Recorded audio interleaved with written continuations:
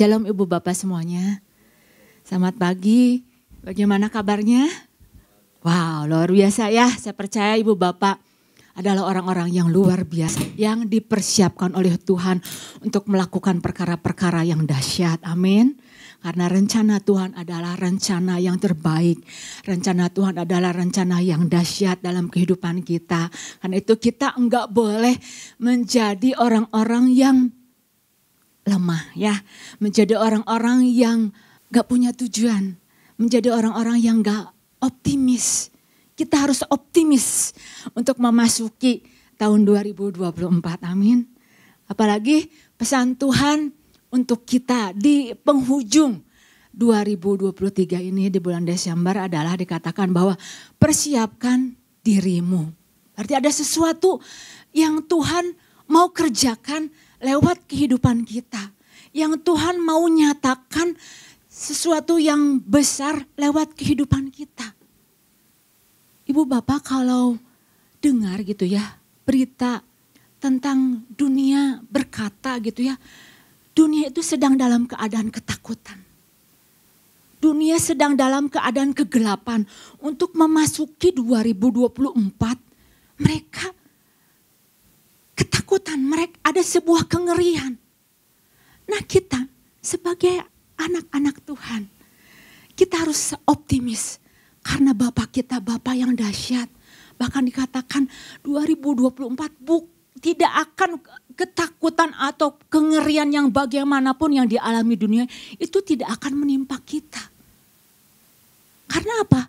Karena rencana Tuhan selalu adalah rencana yang terbaik. Bagian kita adalah mempersiapkan diri kita. Bagian diri kita adalah periksa, bebenah. Bagian mana yang harus saya buang? Bagian mana yang harus saya tinggalkan? Supaya apa? Supaya rencana itu terjadi, maka diperlukan kata Tuhan ada sebuah persiapan. Nah kita sama-sama terlebih dahulu Ibu Bapak baca ayatnya itu di dalam 2 Timotius 2 ayat 20 sampai 21. Ya ini ya saya mau membacakannya buat Ibu Bapak semuanya.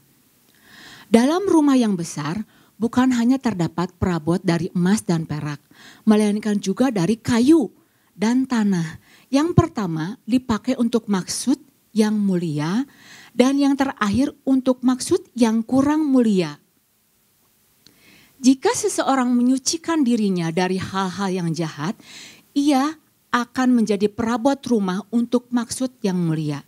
Ia dikuduskan, dipandang layak untuk dipakai tuannya dan disediakan untuk setiap pekerjaan yang mulia. Jadi surat Timotius ini ditulis oleh Paulus kepada anak rohaninya yaitu Timotius. Karena apa? Karena Timotius adalah anak rohani yang sedang dipersiapkan oleh Paulus. Yang satu saat dia bakal menjadi seorang gembala. Yang satu saat dia akan menjadi seorang pemimpin. Itu sebabnya Paulus begitu mempersiapkan Timotius. Kalau Ibu Bapak tahu, Timotius latar belakangnya adalah seorang anak Tuhan. Paulus mengingatkan. Paulus menasihati bahwa Timotius, engkau adalah seorang hamba Tuhan. Engkau adalah seorang pemimpin yang satu saat itu akan mengembalakan, yang satu saat akan Tuhan pakai. Sama seperti perabot yang Tuhan mau pakai. Jadi Paulus pada waktu itu menasihati, mengingatkan kepada Timotius pada waktu itu. Jadi untuk menjadi seorang Timotius yang dia begitu cakap mengatasi berbagai penyesatan-penyesatan, itu bukan waktu yang sebentar. Paulus mengkhususkan, dia menuliskan apa yang diperlukan untuk menjadi seorang hamba Tuhan, untuk menjadi orang percaya yang dipakai oleh Tuhan. Untuk menjadi seorang Timotius yang cakap, yang dewasa. Paulus mempersiapkan semuanya. Bahkan dikatakan bahwa seseorang harus menyucikan dirinya. Jadi Timotius harus mulai mengkhususkan dirinya untuk sesuatu yang kudus.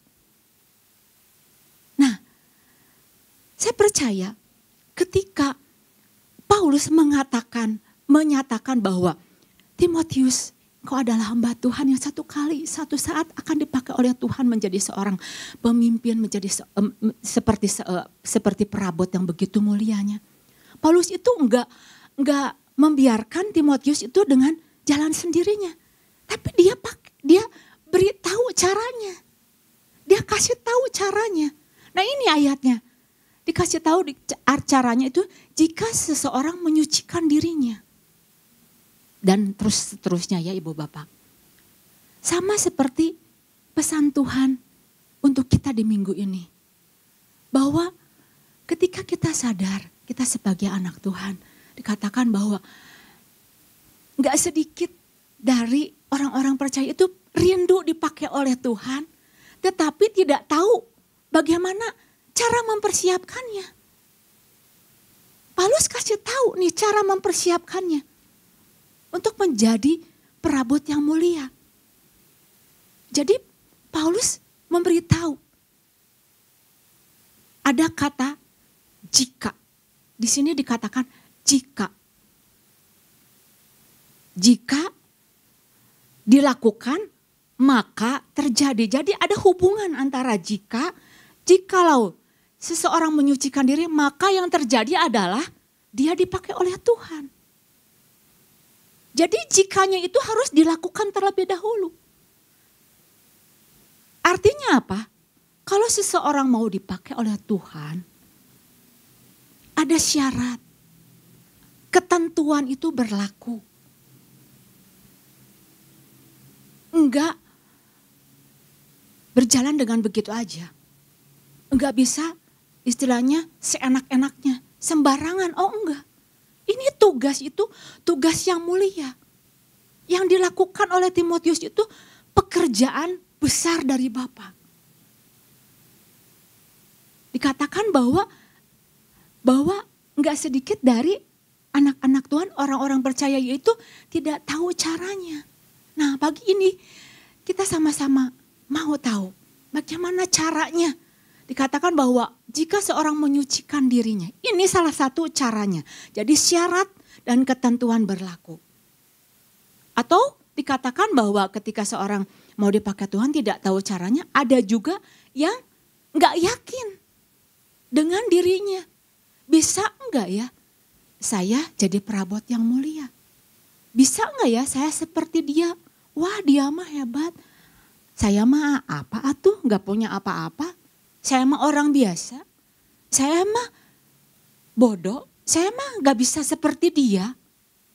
Nah pagi hari ini perkara gak yakin dengan diri kita bahwa kita dipakai oleh Tuhan itu jangan anggap sepele loh Ibu Bapak. Jangan anggap biasa aja gitu. Oh enggak, kalau seseorang gak yakin dia dipakai oleh Tuhan, gak yakin. Maka ujung-ujungnya dia akan mulai gak puas dengan dirinya sendiri. Kenapa ya kok saya begini? Kok dia begitu? Akhirnya dia bisa kecewa dengan dirinya sendiri. Bisa kecewa dengan Tuhan. Dan akhirnya ada banyak kesempatan demi kesempatan Tuhan mau pakai. Karena dia gak yakin. Lepas kesempatan demi kesempatan. Seorang yang namanya Marcus Garvey mengatakan begini ya. Kalau seseorang itu enggak yakin dengan dirinya, maka dua kali kekalahan terjadi di dalam perlombaan hidup. 2 kali kalahnya. Yaitu apa? Kalah sama dirinya sendiri. Gak yakin. Belum lagi dia harus menghadapi tantangan yang begitu kerasnya dengan dunia luar. Itu sebabnya Ibu Bapak, kemarin kita sama-sama mau belajar. Belajar mengingatkan setiap kita ketika Tuhan katakan ayo mempersiapkan diri. Ada bagian-bagian yang harus kita persiapkan. Supaya apa? Tujuan Tuhan tercapai. Apa yang Tuhan inginkan tercapai. Nah, saya mau menambahkan Ibu Bapak, beberapa hal yang harus kita pahami berkaitan dengan pesan Tuhan ini agar kita tahu mempersiapkan diri dengan baik. Yang pertama adalah dibutuhkan effort. Kalau ada rencana Tuhan, Tuhan mau pakai begitu luar biasa, Tuhan katakan perlu effort. Enggak bisa yang namanya itu santai. Effort itu apa? Usaha. Effort itu apa? Kerja keras. Mau bayar harganya. Jadi dibutuhkan usaha, dibutuhkan kerja keras. Kemarin sudah disampaikan oleh Bapak Gembala sedikit ya tentang effort ini, tentang bayar harganya. Jadi dibutuhkan yang namanya kerja keras. Dibutuhkan yang namanya bayar harga. Dan Paulus mengatakan demikian untuk Timotius itu punya effort, berusaha. Karena apa? Karena Paulus sendiri adalah pribadi yang punya kerja keras luar biasa dibandingkan dengan rasul-rasul yang lainnya. Paulus mengingatkan kepada Timotius, ayo berjuang untuk sebuah pemenuhan dari pekerjaan Bapak. Enggak bisa nyantai, enggak bisa tinggal diam. Engkau menjadi pribadi yang kuat, menjadi pribadi yang hebat. Oh enggak, ada tindakan-tindakan. Mungkin ketakutannya harus diatasi oleh dia. Nah Ibu Bapak yang dikasih oleh Tuhan, untuk menjadi sebuah perabot yang mulia itu ya, perlu yang namanya effort. Perlu usaha. Perlu dikerjakan oleh kita. Kalau untuk menjadi perabot yang enggak mulia mah enggak usah, tinggal tenang, diam aja, enggak usah lakukan apa-apa. Enggak usah kita pengen tahu tentang Tuhan lagi. Tidak punya kerinduan pun enggak apa-apa. Orang bakalan jadi perabot yang rusak. Dibiarin aja, kita enggak melakukan hubungan dengan Tuhan. Kita tidak berusaha sungguh-sungguh, biarin aja. Enggak usah melakukan apa-apa, dibiarin jadi perabot yang enggak mulia. Tetapi untuk menjadi perabot yang mulia perlu effort, perlu kerja keras, perlu usaha. Itu sebabnya Paulus punya effort yang luar biasa, punya kerja keras yang luar biasa. Tuhan pakai dia luar biasa. Banyak orang-orang dibawa kepada dia, banyak dia melakukan perkara-perkara yang dahsyat luar biasa. Karena apa? Paulus mau bayar harga. Filipi 3 ayat yang ke-8, malahan segala sesuatu kuanggap rugi karena pengenalan akan Kristus Yesus Tuhanku lebih mulia daripada semuanya. Oleh karena dialah aku telah melepaskan semuanya itu dan menganggapnya sampah supaya aku memperoleh Kristus. Nah ini yang Paulus lakukan. Dia bukan hanya bayar harga, tapi dia bayar semuanya. Bahkan dikatakan dia lepaskan semuanya. Hanya untuk apa? Mengejar. Hanya untuk memperoleh Kristus. Hanya untuk memperoleh kemuliaan, menjadi perabot yang mulia. Dia lepaskan semuanya. Dia lepaskan haknya. Bahkan dikatakan dianggap sampah. Ibu Bapak tahu. Menjadi perabot yang mulia. Iblis tahu. Makanya yang sering kali diganggu, yang sering kali digoda adalah anak-anak Tuhan, orang-orang percaya yang punya kesungguhan. Yang punya tekad, yang punya keinginan untuk menjadi perabotan yang terus bertambah mulia. Ini anak-anak Tuhan yang sering kali digoda, diganggu. Bahkan mungkin ada kehidupannya yang berusaha untuk dirusak. Dibuat jadi retak perabot itu. dibuat jadi somplek. Itu kerjaan dari iblis. Kalau untuk yang gak mulia mah dibiarin aja. Tapi untuk menjadi perabot yang mulia, iblis akan kerja keras. Dia berusaha untuk menghancurkan, dia berusaha untuk menggagalkan. Supaya tidak terjadi yang namanya menjadi perabot yang mulia itu. Nah ibu bapak, mungkin di dalam kehidupan kita saat-saat hari ini kita ngerasa, aduh aku perabotanku ini retak. Perabotanku ini rusak, mungkin berkeping-keping. Jangan kita menyerah pada keadaan. Jangan kita lihat keadaan kita saat ini sedang somplek, sedang gak karu-karuan. Tapi kita lihat bahwa kita punya seorang ahli panjunan pembuat perabot itu. Dia dahsyat. Mungkin saat ini kita sedang,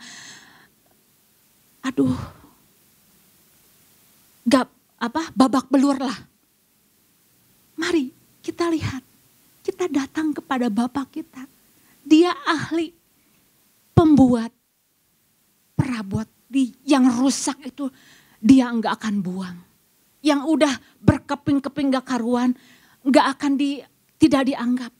Dia akan ambil, dia akan raup kembali. Dia akan ubah menjadi sebuah perabotan yang begitu berharga dan mulia, bernilai. Kalau ibu bapak tahu gitu ya, pernah waktu lagi ibadah kan disampaikan oleh seorang hamba Tuhan di Jepang itu ada ilmu gitu ya, yang berusaha untuk memperbaiki keramik-keramik yang rusak. Sama si tukang ini, si keramik yang rusak itu enggak dibuang, tapi mulai yang retak-retaknya itu mulai diolesi oleh lem-lem dikasih lem yang terbuat dari emas. Wow. Hasil akhirnya itu dahsyat ibu bapak. Ini keramik bukan jadi keramik yang murahan. Ini keramik jadi keramik yang begitu mahal harganya. Nah kembali lagi kita sama-sama belajar kepada Paulus. Paulus adalah pribadi yang punya daya juang, yang punya semangat, yang punya keinginan. Yang keinginan itu diingatkan kepada Timotius. Bahwa Timotius untuk menjadi perabot yang mulia itu harus dikerjakan di dalam kehidupanmu. Karena engkau adalah pemimpin. Kau harus punya daya juang untuk memperjuangkan semuanya sampai apa yang Tuhan nyatakan di dalam kehidupanmu itu terjadi. Jadi yang dilakukan adalah ketika seseorang mau dipakai oleh Tuhan, pertama adalah menyucikan dirinya. Dan proses untuk menyucikan dirinya itu tidak mudah ibu bapak. Betul? Gak enak. Dibersihkan. Menyucikan itu dibersihkan, mulai mengkhususkan, mulai dibuang-buang. Itu gak enak. Saya sendiri ngerasain yang namanya masuk dalam proses persiapan untuk melakukan sesuatu yang Tuhan inginkan. Tuhan katakan harus bersih. Mungkin ada bagian-bagian di dalam kehidupan kita yang masih harus kita bersihkan. Tetapi kalau kita menyadari proses persiapan itu mungkin gak enak. Tetapi semuanya itu adalah membawa kebaikan bagi kita. Kalau di dalam Yohanes ya tentang ranting yang berbuah dan yang tidak berbuah itu dicampakkan, tetapi yang berbuah itu dibersihkannya supaya dia lebih banyak lagi berbuah. Nah ini proses yang namanya proses pembersihan itu tidak terjadi di dalam kehidupan kita itu satu kali. Setelah terima Tuhan Yesus sudah langsung jadi bersih. Oh enggak, tapi proses hari lepas hari, terus menerus, berlangsung terus menerus sampai saat hari ini. Dan perlu yang namanya Roh Kudus tinggal di dalam kehidupan kita. Karena dia yang akan mengajar, dia yang akan mengingatkan setiap kita. Itu poin yang pertama yang saya mau membagikannya buat ibu bapak semuanya. Poin yang selanjutnya, beberapa hal yang harus kita pahami ketika kita harus mempersiapkan diri menjadi pribadi, mempersiapkan diri lebih baik lagi. Setelah effort, ada usaha, ada sisi lain yang saya mau lihat dari sisi yang lainnya ya. Nah, ibu bapak sebelum masuk ke poinnya gitu ya, saya mau ceritain dulu ya. Jadi ketika Tuhan memilih seseorang, pilih seseorang nih, dasarnya itu kuat. Dia teguh, sempurna. Dikatakan apa? Di dalam 2 Timotius 2 ayat 19. Ya. Tetapi dasar yang diletakkan Allah itu teguh. Dan materainya ialah Tuhan mengenal siapa kepunyaannya. Dan setiap orang yang menyebut nama Tuhan hendaklah meninggalkan kejahatan. Jadi ketika Tuhan pilih kita, pilih anak-anaknya, materainya itu kuat, teguh. Materainya itu Tuhan mengenal siapa kepunyaannya. Jadi kita itu dikenal sama Tuhan. Bahkan dikatakan di dalam Mazmur 1 ayat yang ke-6 itu Tuhan sangat tahu sekali jalan kehidupan kita. Tuhan sangat tahu sekali siapa diri kita. Materainya itu kuat banget, enggak bisa diganggu gugat, enggak bisa dilepas begitu aja. Kalau yang namanya materai itu tanda dari sebuah kepemilikan. Kalau yang namanya materai misalkan dalam sebuah kontrak, artinya kalau dibubuhi materai artinya penting enggak? Penting. Jadi hidup kita itu begitu penting, begitu berharga di hadapan Tuhan. Karena apa? Tuhan sangat tahu siapa diri kita. Nah, kalau kita sampai tahu gitu ya bahwa materainya adalah Tuhan mengenal diri kita, mengenal siapa diri kita. Artinya apa? Iblis itu enggak bisa sembarangan untuk merusak, untuk mengenyahkan, membinasakan orang-orang percaya itu enggak sembarangan. Harus izin dulu, ini ada yang punyanya. Sama pemilik hidupnya, yaitu Tuhannya. Sama ketika pada waktu itu Ayub ketika mau diuji, iblis pamitan dulu, bilang dulu sama Tuhan, boleh enggak?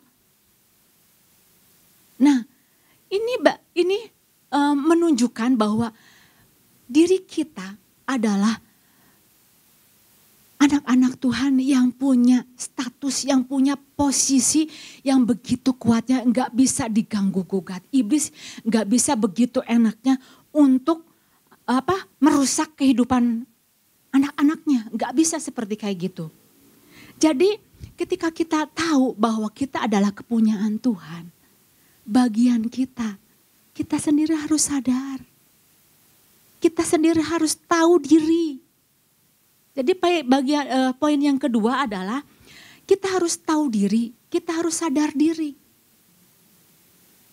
Ketika tahu gitu ya bahwa ada sebuah rencana Tuhan yang dahsyat, yang luar biasa, yang Tuhan mau kerjakan.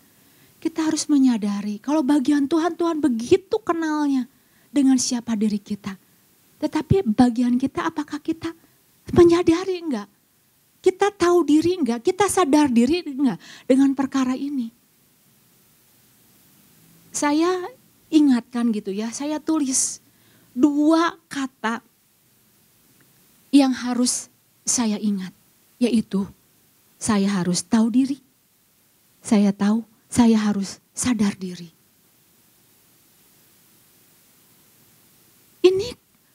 Ini bagian yang sangat penting sekali Ibu Bapak. ketika Tuhan mau pakai setiap kita, kita harus tahu siapa diri kita. Jangan sampai ketika Tuhan udah pakai gitu ya, taunya kan didapati orang-orang percaya, ada hamba-hamba Tuhan yang lupa dirinya. Dia enggak sadar bahwa sebenarnya dia adalah hanya perabot.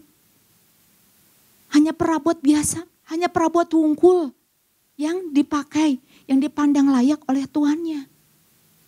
Jadi dua hal ini kita harus tahu diri, kita harus sadar diri.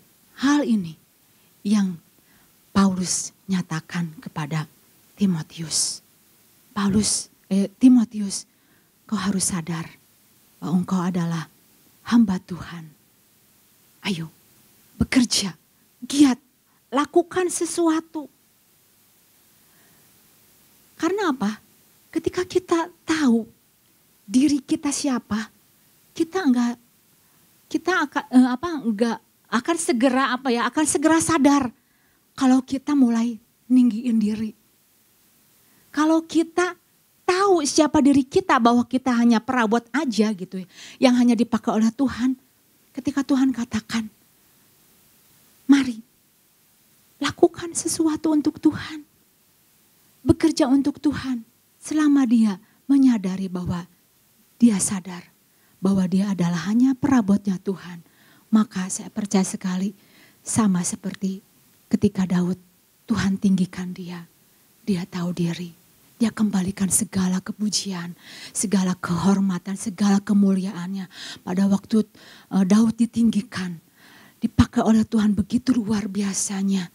Nama Tuhan diagungkan bukan untuk dirinya sendiri, tetapi dia pakai semuanya. Dia kembalikan, dia sadar bahwa dirinya hanyalah sebagai alat di tangan Tuhan, hanya perabot di tangan Tuhan. Nah Ibu Bapak, hal ini yang saya mau membagikan untuk Ibu Bapak semuanya menjelang tahun 2024. Mari sama-sama ketika kita tahu bahwa ada rencana Tuhan yang dahsyat, mari kita terus berjuang, kita kerjakan, lakukan. Dan kalau Tuhan pakai kehidupan kita, jangan sampai kita lupa, yaitu lupa diri dan kita harus sadar diri. Amin. Demikian firman Tuhan, Tuhan Yesus memberkati.